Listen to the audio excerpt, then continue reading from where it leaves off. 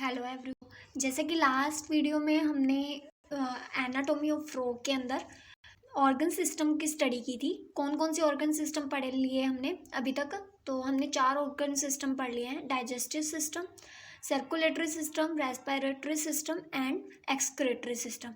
आज इस वीडियो में हम फ्रॉग का कंट्रोल एंड कोऑर्डिनेशन देखेंगे। तो स्टार्ट करते हैं इसको। कंट्रोल एंड कोऑर्डिनेशन में 2 चीज़ें आ जाती है। एक तो आ जाती है एंडोक्राइन ग्लैंड जो कि कंट्रोल करती हैं, दूसरा जो होता है वो होता है न्यूरल सिस्टम। जो फ्रॉग का एंडोक्राइन ग्लैंड्स होती हैं वो उनका प्रोडक्ट क्या होता है? उनका प्रोडक्ट होता है हार्मोन्स। हार्मोन उनके प्रोडक्ट होते हैं जो कि केमिकल कोऑर्डिनेशन करते हैं वेरियस ऑर्गन का, यानी क्या वेरियस ऑर्गन, अलग अलग जो ऑर्गन्स होते हैं उनका क्या करते हैं? केमिकल कोऑर्डिनेशन करते हैं। ओके, अब इसमें कौन कौन सी एंडोक्राइन ग्लैंड्स पाई जाती हैं फ्रॉग के अंदर, तो वो देख लेते हैं। तो पहली होती है पिट्यूटरी ग्लैंड, दूसरी होती है thyroid gland, third one is parathyroid gland, चौथी thymus gland, fifth pineal gland and six pancreatic island, और लास्ट होती है एड्रिनल और गोनैड्स। तो ये सारी की सारी जो होती हैं वो एंडोक्राइन ग्लैंड्स होती हैं जिनका प्रोडक्ट जो होता है वो हार्मोन होता है, और ये क्या करते हैं? केमिकल कोऑर्डिनेशन करते हैं इन फ्रॉग के अंदर। नेक्स्ट है neural system. Control and coordination का जो दूसरा कंपोनेंट है वो है न्यूरल सिस्टम। इसमें कौन कौन से आ जाते हैं? न्यूरल सिस्टम को 3 पार्ट्स में डिवाइड कर रखा है। पहला होता है सेंट्रल नर्वस सिस्टम, दूसरा होता है पेरिफेरल नर्वस सिस्टम, तीसरा autonomic nervous system. Central nervous system को 2 पार्ट्स में डिवाइड किया हुआ है। एक होता है ब्रेन, दूसरा होता है स्पाइनल कॉर्ड। ब्रेन और स्पाइनल कॉर्ड 2 होते हैं, और पेरिफेरल नर्वस सिस्टम जो होता है वो भी 2 पार्ट्स में डिवाइड है। एक होता है पेरिफेरल नर्वस सिस्टम में कौन आता है? तो पेरिफेरल नर्वस सिस्टम में जितनी भी ब्रेन और स्पाइनल कॉर्ड से निकलने वाली जो नर्व्स होंगी वो पेरिफेरल नर्वस सिस्टम में आ जाएंगी। तो इसलिए इनको 2 पार्ट्स में डिवाइड कर रखा है। एक होती है क्रेनियल नर्व, ब्रेन से निकलने वाली जो नर्व्स होती हैं उनको क्रेनियल नर्व बोला जाता है, और जो स्पाइनल कॉर्ड से निकलने वाली नर्व होती हैं उनको स्पाइनल नर्व बोला जाता है। क्रेनियल नर्व जो होती हैं वो 10 पेयर पाई जाती हैं, मतलब 10 जोड़े जो होते हैं वो क्रेनियल नर्व के फ्रॉग के अंदर पाए जाते हैं। नेक्स्ट न्यूरल सिस्टम का पार्ट है वो है autonomic nervous system. Autonomic nervous system को 2 पार्ट्स में डिवाइड कर रखा है, पैरासिम्पैथेटिक नर्वस सिस्टम और सिम्पैथेटिक नर्वस सिस्टम। जैसा कि हमने देख लिया कि जो सेंट्रल नर्वस सिस्टम थे उसके 2 पार्ट्स थे, ब्रेन और स्पाइनल कॉर्ड। अब हम स्टडी करते हैं ब्रेन को। तो ब्रेन जो होता है वो 3 पार्ट्स में डिवाइड होता है: fore brain, mid brain and hind brain. जो फोर ब्रेन होता है उसके अंदर क्या क्या पाया जाता है? तो फोर ब्रेन जो होता है उसके अंदर ऑल फैक्ट्री लोब होती हैं जो कि स्मेल के लिए रिस्पॉन्सिबल होती हैं, और पेयर सेरिब्रल हेमिस्फीयर, यानी 1 पेयर ऑफ सेरिब्रल हेमिस्फीयर जो होता है वो पाया जाता है, और पेयर डायनसेफेलॉन जो होता है वो इसमें पाया जाता है फोर ब्रेन में। मिड ब्रेन होता है उसके अंदर क्या पाई जाती है? ऑप्टिक लोब पाई जाती है, और ये भी 1 पेयर होती है, यानी कि 2 ऑप्टिक लोब जो होंगी वो मिड ब्रेन के अंदर पाई जाएंगी। नेक्स्ट पार्ट है हाइंड ब्रेन। हाइंड ब्रेन के अंदर 2 पार्ट्स होते हैं, एक होता है सेरिबेलम, दूसरा होता है मेडुला ऑब्लंगेटा। जो मेडुला ऑब्लंगेटा होता है ये पास होता है, कहाँ से पास करेगा? फोरामेन मैग्नम से, और कंटिन्यू हो जाएगा किसके रूप में? स्पाइनल कॉर्ड के रूप में।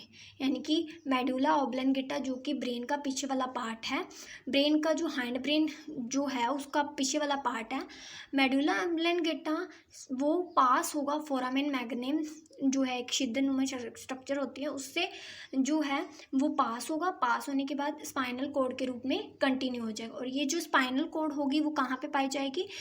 इनक्लोज्ड होगी वर्टिब्रल कॉलम के अंदर, और वर्टिब्रल कॉलम के अंदर एक न्यूरल ट्यूब होगी, और उस न्यूरल ट्यूब के अंदर क्या होगा? हमारा जो होगा स्पाइनल कॉर्ड पाया जाएगा।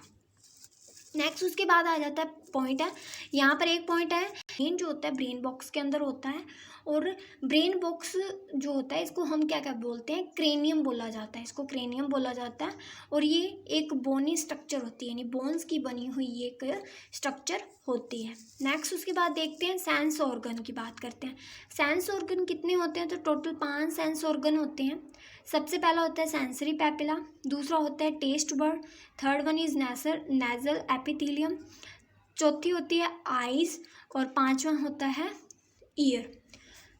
ओके, ये तो 5 सेंस ऑर्गन जो हैं इसके अंदर पाए जा रहे हैं। सबसे पहले बात कर लेते हैं सेंसरी पैपिला की। सेंसरी पैपिला जो है वो सेंस करेगा किसको, टच को, टच के लिए रिस्पॉन्सिबल होती है। यानी अगर इसको कोई भी टच है, मतलब टच के लिए रिस्पॉन्सिबली जो है वो कौन है, सेंसरी पैपिला।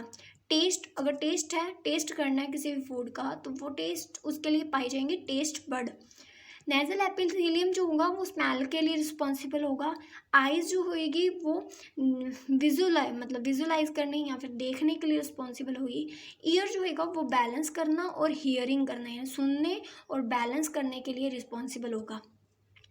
अब आईज के बारे में कुछ पॉइंट्स दे रखे हैं एनसीईआरटी के अंदर। आई जो होती है वो एक सर्कुलर स्ट्रक्चर होती है और स्कल का ऑर्बिट होता है उसके अंदर ये दसी हुई पाई जाती है और सिंपल होती है, एक यूनिट के रूप में पाई जाती हैं, एक यूनिट के पोसेसिंग 1 यूनिट, यानी एक यूनिट के रूप में आइज पाई जाती हैं। तो आइज क्या होती है, सर्कुलर स्ट्रक्चर होती है, स्कल ऑर्बिट के अंदर पाई जाएगी और क्या होंगी, सिंपल होंगी और एक यूनिट के रूप में पोसेसिंग करेंगी। और जो आइज़ और ईयर होती हैं, ये दोनों के दोनों सेंसरी ऑर्गन जो होते हैं वो वेल डेवलप्ड होते हैं, वो फुली डेवलप होंगे।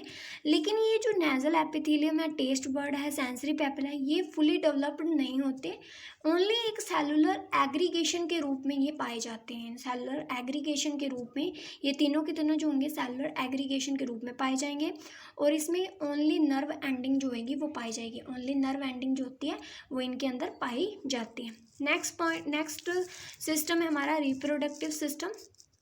रिप्रोडक्टिव सिस्टम में हम देख लेते हैं, 2 होते हैं, मेल के अंदर रिप्रोडक्टिव सिस्टम और फीमेल के अंदर रिप्रोडक्टिव सिस्टम। हमें पता है कि हमने पहले प्रीवियस स्टडी कर लिया है कि जो फ्रॉग होता है वो क्या होता है, उसके अंदर डायमॉर्फिज्म पाया जाता है। डायमॉर्फिज्म का मतलब क्या होता है कि जो फीमेल होता है और मेल होता है उसके अंदर कुछ ऐसे डिफरेंट करैक्टर होंगे जो मेल के अंदर होते हैं लेकिन फीमेल के अंदर नहीं होते। जैसे मेल के अंदर कोपुलेटरी पैड फर्स्ट डिजिट में पाई जाती है, 4 लिम्ब के फर्स्ट डिजिट में कोपुलेटरी पैड पाए जाते हैं, लेकिन मेल के अंदर वोकल कॉर्ड जो होगा वो पाया जाएगा, लेकिन फीमेल के अंदर वो क्या होता है, एब्सेंट होता है। वोकल कॉर्ड जो होगा वो मेल के अंदर पाया जाएगा और जो कि साउंड प्रोड्यूस करेगा, लेकिन वो फीमेल के अंदर नहीं होगा। ठीक है, तो ये हमने डायमॉर्फिज्म के कुछ करैक्टर देखे थे जो मेल में तो थे लेकिन फीमेल में नहीं थे। अब वहीं हम बात करते हैं मेल के अंदर रिप्रोडक्टिव सिस्टम की।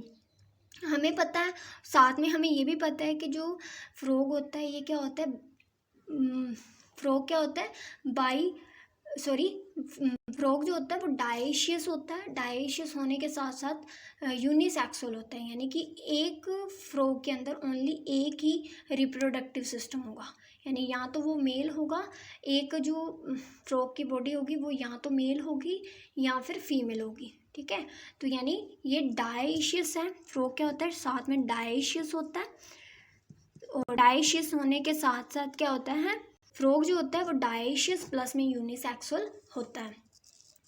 अब बात करते हैं नेक्स्ट मेल की। तो मेल के अंदर 2 स्ट्रक्चर होंगी मेल रिप्रोडक्टिव सिस्टम में, एक होता है टेस्टिस, दूसरे होते हैं वास एफरेंशिया। अब टेस्टिस होते हैं वो पेयर्ड होते हैं, यानी 2 टेस्टिस पाए जाएंगे, येलो कलर के होंगे और ओवॉइड शेप के होंगे और अपर पार्ट ऑफ किडनी के अपर पार्ट में पाए जाएंगे, यानी किडनी के ऊपर पाए जाएंगे और ये अटैच्ड होंगे पेरिटोनियम से, जो डबल फोल्ड होता है पेरिटोनियम से, उससे अटैच होंगे और इस पेरिटोनियम के डबल फोल्ड को बोलते हैं मेसोर्कियम। ओके, उससे पेरिटोनियम के डबल फोल्ड से ये क्या होते हैं, अटैच्ड होते हैं किडनी के साथ, कनेक्शन पाया जाता है किडनी के साथ। नेक्स्ट बात कर लेते हैं वास एफरेंशिया की। अब टेस्टिस है, वन साइड के एक टेस्टिस में से 10 से 12 क्या निकलेंगे, ट्यूब्स निकलेंगे, जिसको हम बोलते हैं वास एफरेंशिया। और ये जो ट्यूब होंगी ये किडनी के अंदर एंटर करेंगी, सारी की सारी जितने भी ट्यूब होंगी टेस्टिस से निकलकर किडनी में एंटर करेंगी और किडनी में एंटर करने के बाद ओपन हो जाएंगी बीडर कैनाल में। सारी की सारी जितने भी हैं ट्यूब्स वो बीडर कैनाल में ओपन होगी। बीडर कैनाल में ओपन होने के बाद ये किडनी से बाहर निकलेंगी यूरोजेनाइटल डक्ट के रूप में। बीडर कैनाल जो है वो पाई जा रही है किडनी के अंदर जो बीडर कैनाल है उसमें ओपन हुई ओपन होने के बाद बाहर एक्सटर्नली ओपन होगी यूरोजेनाइटल डक्ट के रूप में, और यूरोजेनाइटल डक्ट जो होगी बाद में ओपन हो जाएगी, इसमें क्लोका के अंदर ओपन हो जाएगी। जो मैंने पहले भी बताया था कि ये क्लोका जो होता है वो स्मॉल मीडियम चैम्बर होता है। इसमें क्या क्या पास आउट होता है, तो पास आउट होता है फिकल मैटर भी पास आउट होता है, यूरिन पास आउट होता है, और साथ में स्पर्म्स पास आउट होते हैं। यानी डाइजेस्टिव सिस्टम में जो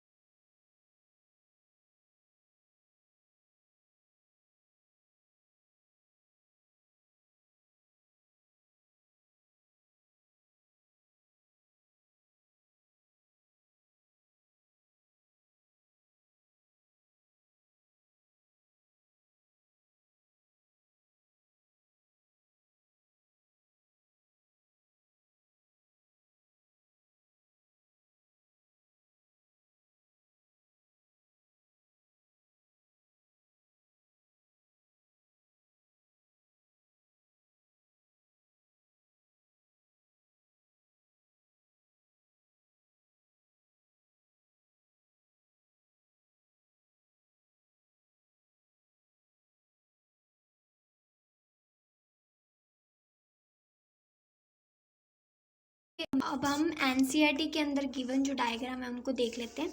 तो यहाँ पर ये हमारी जो है वो क्या है, किडनी है।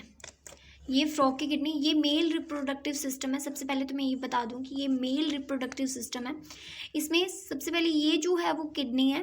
किडनी के साथ ये टेस्टिस, येलोइश कलर के टेस्टिस जो हैं जो कि ओवॉइड शेप में हैं, ये अटैच्ड है। यहाँ से टेस्टिस से क्या निकल रही हैं, वाश एफरेंशिया निकल रही हैं। ये जो वाश एफरेंशिया होंगी ये किडनी के अंदर एंटर कर रही है। इसमें बीडर कैनाल शो नहीं कर रखे, लेकिन ये ओपन होएंगी, इसमें एंटर करेंगी और बाद में बीडर कैनाल में ओपन करेंगी। करने के बाद यहाँ से किडनी से बाहर एक्सटर्नली निकल रही है यूरोजेनाइटल डक्ट, यूरिनोजेनाइटल डक्ट निकल रही है, दोनों साइड की किडनी से निकल रही है। निकलने के बाद ये कहाँ पे ओपन हो रही है, क्लोका के अंदर ओपन हो रही है। ये क्लोका पार्ट है जहाँ पे ये यूरिनोजेनाइटल डक्ट है वो ओपन हो रही है। तो ये ऊपर इसके क्या प्रेजेंट है, फैट बॉडीज प्रेजेंट है जो कि येलोइश कलर की है। यहाँ पर येलो कलर का जो यूरिनरी ब्लैडर है जो कि रेक्टम के वेंट्रल साइड प्रेजेंट होता है, ये इसमें क्लोका के अंदर ओपन हो रहा है। क्लोका एक्सटर्नली ओपन हो रहा है कहाँ पे, क्लोकल एपरेटस के अंदर। ये हमारा फीमेल वाला रिप्रोडक्टिव सिस्टम है। इसके अंदर ये हमारी क्या है, ओवरीज प्रेजेंट है, ये ऊपर प्रेजेंट है किडनी के ऊपर, लेकिन ये अटैक कनेक्शन नहीं होता, इन दोनों के अंदर कनेक्शन नहीं होता। अब ये इससे क्या, यहाँ पे क्या प्रेजेंट है, ओविडक्ट प्रेजेंट है। ये इसके अंदर ये देखो ओपन हो रही है, ओविडक्ट यहाँ से निकल रही है, ओविडक्ट इसमें क्लोका के अंदर ओपन हो रही है, यहाँ से भी निकलेगी, और ये ओविडक्ट जो है वो क्लोका के अंदर ओपन हो रही है अलग से। ये यूरेटर है जो कि सेपरेटली ओपन हो रही है क्लोका के अंदर। वहाँ पर जो थी वाश एफरेंशिया और जो यूरिनो यूरेटर थी वो दोनों एक कॉमन बना रहे थे यूरिनोजेनेटल डक्ट। कॉमन यूरिनोजेनेटल डक्ट क्लोका में ओपन हो रही थी, लेकिन यहाँ पे ओविडक्ट सेपरेटली क्लोका में ओपन हो रही है और यूरेटर जो है वो सेपरेटली ओपन हो रही है क्लोका में। ये urinary bladder ventral side of rectum present है, रिप्रेजेंट कर रखा है। और यहाँ पे क्लोका जो है एक्सटर्नली ओपन हो रहा है क्लोकल एपरेटस के द्वारा। ये ओवरीज हैं जिसके अंदर क्या बनेंगे, ओवा बनेंगे। Okay, thank you. तो ये डायग्राम और पूरा फ्रॉग जो है आज की इस वीडियो में पूरा कंप्लीट होता है। आप इस वीडियो को अच्छे से देखो, और ये बिल्कुल फुल्ली एनसीईआरटी बेस्ड है। एक भी लाइन एनसीईआरटी से ना ही बाहर है, ना ही एनसीईआरटी से एक्स्ट्रा एक भी लाइन नहीं है, बिल्कुल एनसीईआरटी है। अगर आप नीट की प्रिपरेशन कर रहे हो तो ये मोर देन सफिशिएंट है आपके लिए ये नोट्स।